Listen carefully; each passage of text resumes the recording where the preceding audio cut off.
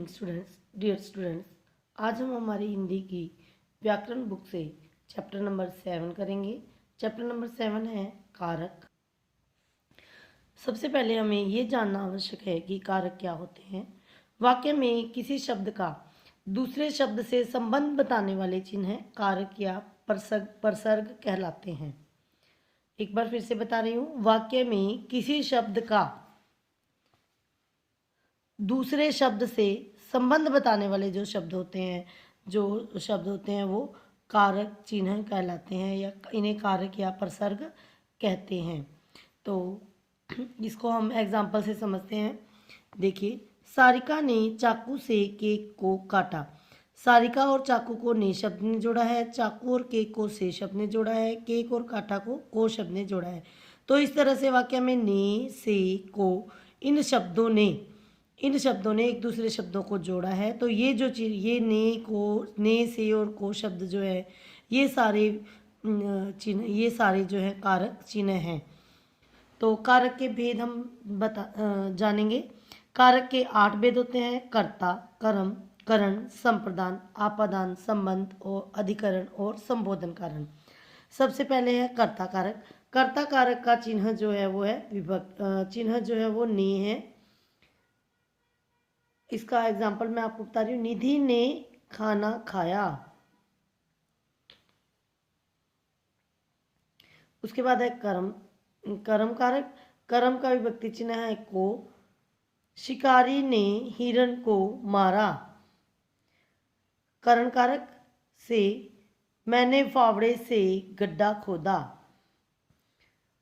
से का मतलब होता है यहाँ के द्वारा, ठीक है। से का मतलब होता है के द्वारा, यानी कि कोई चीज़ ये यूज की जाती है, जब किसी चीज़ का प्रयोग जब किया जाता है, किसी चीज़ को प्रयोग करके हम कुछ जो क्रिया करते हैं वो करण कारक होती है।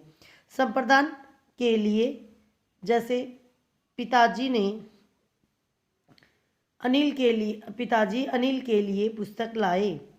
तो अनिल के लिए, किसी के लिए कोई चीज़ जब भी लाई जाती है, कोई मतलब किसी के लिए जब हम कुछ वस्तु देते हैं, कुछ लाते हैं, कुछ करते, वो इस तरह के जो क्रियाएं होती है। माताजी ने हमारे लिए खाना बनाया। मेहमान बच्चों के लिए खिलौने लाए। आपादान कारक का विभक्ति चिन्ह भी से होता है, लेकिन इस से का मतलब अलग होना होता है। करण कारक का से का मतलब मैंने आपको बताया है। इस से का मतलब होता है के द्वारा, यानी किसी चीज़ के साथ, किसी चीज़ के द्वारा। अध्यापक ने छात्र को डंडे से मारा। बच्चे ने कुत्ते को पत्थर से मारा। विद्यार्थी फुटबॉल से खेल रहे हैं। तो वो उसका उन चीज़ों का प्रयोग किया जा रहा है, लेकिन आपादान कारक में अलग हो रहा है से का मतलब। जैसे पक्षी पेड़ से उड़ गए, तो पक्षी पेड़ से पृथक हुए हैं, अलग हुए हैं। तो इस तरह से ये जो से का मतलब होता है आपादान काल में, उसका मतलब होता है अलग होना। पेड़ से पत्ता गिरा। संबंध कारक का की के, जैसे यह पे अमित का पेन है, यह गाय सुरभि की है, ये गुब्बारे सुनील के हैं। अधिकरण कारक में, पर्स जेब में है। में का मतलब अंदर। उसके बाद है संबोधन कारक। संबोधन कारक पर हे, में का मतलब होता है पर। पक्षी टीले पर बैठा है, ये अधिकरण कारक का ही है। दो, इसके विभक्ति चिन्ह दो हैं, में और पर। में का मतलब होता है किसी के अंदर, जैसे जेब, पर्स जेब में है। पक्षी टीले पर बैठा है, तो टीले के ऊपर बैठा है, वो पर बैठा है। तो इस यहाँ पर जो है अधिकरण कारक होता है। उसके बाद है संबोधन कारक। संबोधन कारक हे, अरे, ओ। हे भगवान रक्षा करो।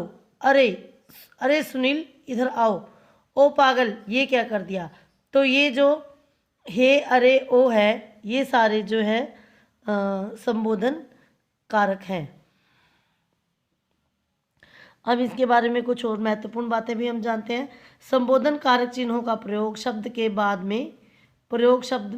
बाद में किया जाता है। वाक्य में ये बाद में नहीं आएगा बेटा, साथ में आएगा। विभक्तक कार्य संबोधन कारक चिन्हों का प्रयोग शब्द के साथ में किया जाता है। ये देखिए, हे भगवान, दो शब्द है ना, अरे सुनील, ओ पागल, तो शब्द के साथ किया जाता है, इनको साथ बोला जाता है। उसके बाद वाक्यों में शब्दों के साथ जब कारक जुड़ जाते हैं तो उन्हें शब्द न कहकर हम पद कहते हैं। जैसे डेविड ने फ़ोन के द्वारा यह सूचना दी, तो ये जब जुड़ जाते हैं तो ये पद बन जाते हैं। तो इस तरह से ये शब्द न रहकर अब पद बन गए हैं, तो एक वाक्य में 3 पद हैं। कई बार शब्दों के साथ ने की आदि कारक छिपे होते हैं, फिर भी इन शब्दों को पद ही माना जाता है। जैसे उसने, उसकी, तो ये ने और की उस शब्द के साथ जुड़े हुए हैं, फिर भी ये पद कारक नहीं माने जाएंगे, इन्हें पद ही माना जाएगा। तो ये होता है आपका चैप्टर कंप्लीट।